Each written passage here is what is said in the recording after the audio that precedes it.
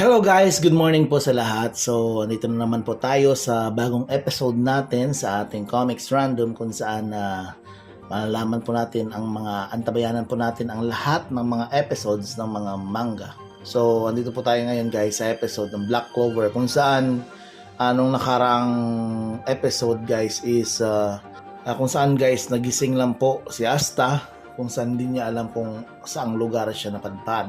At yun nga, may bago na namang karakter na nakilala niya. At ang pangalan po nito ay si Ryudo Ryuya. Siya ang shogun ng bayan ng tinatawag nilang Land of the Sun. So, dito po tayo guys sa ating bagong episode sa chapter 338. So, bago tayo magpapatuloy guys ay huwag po natin kalimutang mag-subscribe. I-share po natin ito, comment at click the notification bell para mas updated po tayo sa mga latest natin mga videos.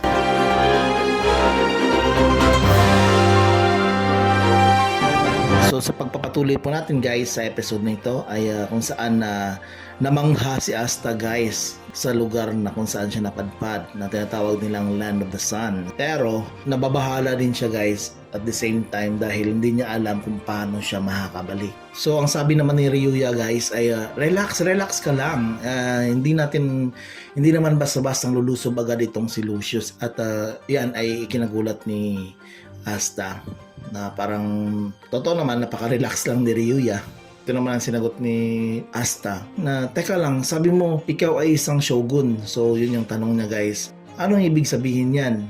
Ang sagot naman ni Ryuya guys ay ang shogun ay tingnan natin example na lang ng katumbas siya ng Wizard King sa inyong bansa. Yan yung tinatawag sa inyo, di ba? Ayun yung sabi ni Ryuya.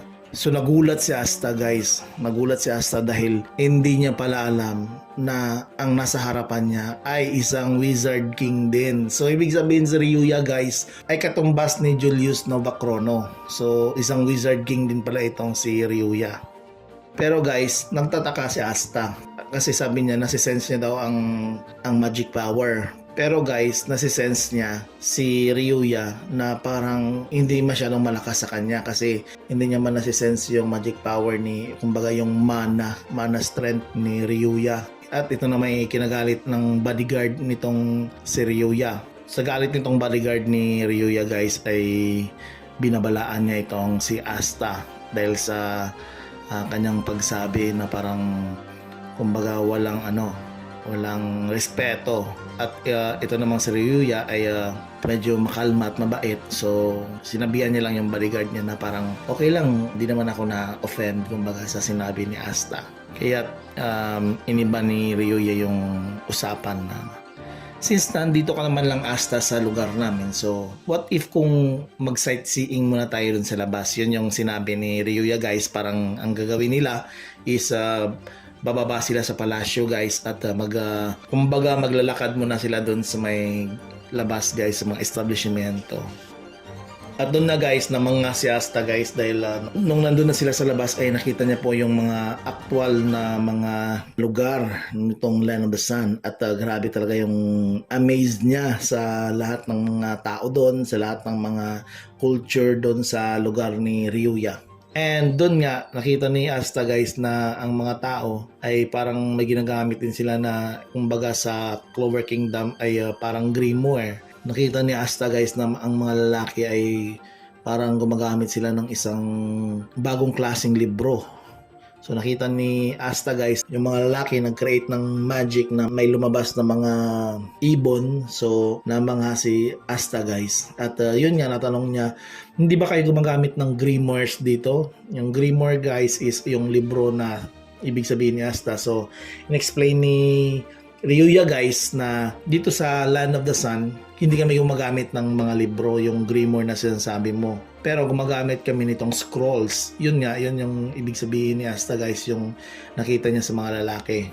At masyado siyang pamangha guys sa lahat ng mga nakikita niyang mga bagay, mga pagkain, lahat-lahat ng nakikita niya doon guys ay namangha siya guys. At maya-maya pa habang naglalakad sila ay tumambad sa harapan niya guys ang mag-ina kung saan itong mag-ina guys ay parang bumili sila ng or parang naglakad din sila dyan sa parke at naalala niya guys yung mga panahong maliit pa silang dalawa ni Yuno.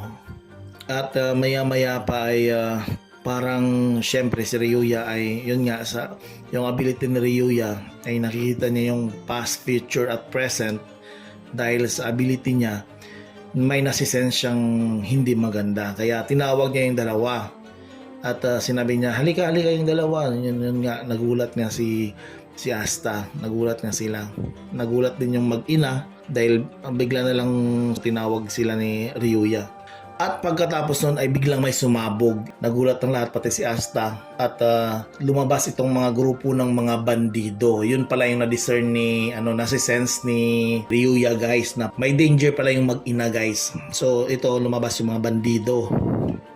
At yung mga bandido na yan guys, yan yung palaging nag-create ng amok at gulo dyan sa buong syudad, sa buong establishmento. At maya pa ay nagulat na lang si Asta na nakita niya itong si Ryuya na tinabi niya itong mag-ina na nasa perfect na lugar na hindi sila natamaan or nagalusan man lamang. At pagkatapos nun, itong isang bandido, kumbaga ito yung leader ng mga bandido, ay nakita niya si Ryuya. Sabi niya pa nga teka, parang ikaw yung, kumbaga parang napaputol yung tanong niya. At ito namang si Ryuya ay tumingin din sa kanila. At sabi ni Ryuya na huwag kayong masyadong mabahala. Alam ko na nararamdaman nyo ang aking presensya na wala akong kapangyarihan or kahit ano. So ito yung ikinagulat ni Asta. Siyempre, kilalang kilala talaga ng mga tao itong si Ryuya kahit bandido pa. Dahil itong si Ryuya ay isang wizard king. At maya-maya pa ay tumambad na itong isang maliit na gwardiya, itong bodyguard ni Ryuya. At sabi niya ay ipinaubaya ko na ito lahat sa iyo, Ichika. So ang pangalan po nitong maliit na babae ay si Ichika. So ito po siya yung bodyguard ni Ryuya. At itong mga bandido naman ay pinagtatawanan lang itong maliit na babae.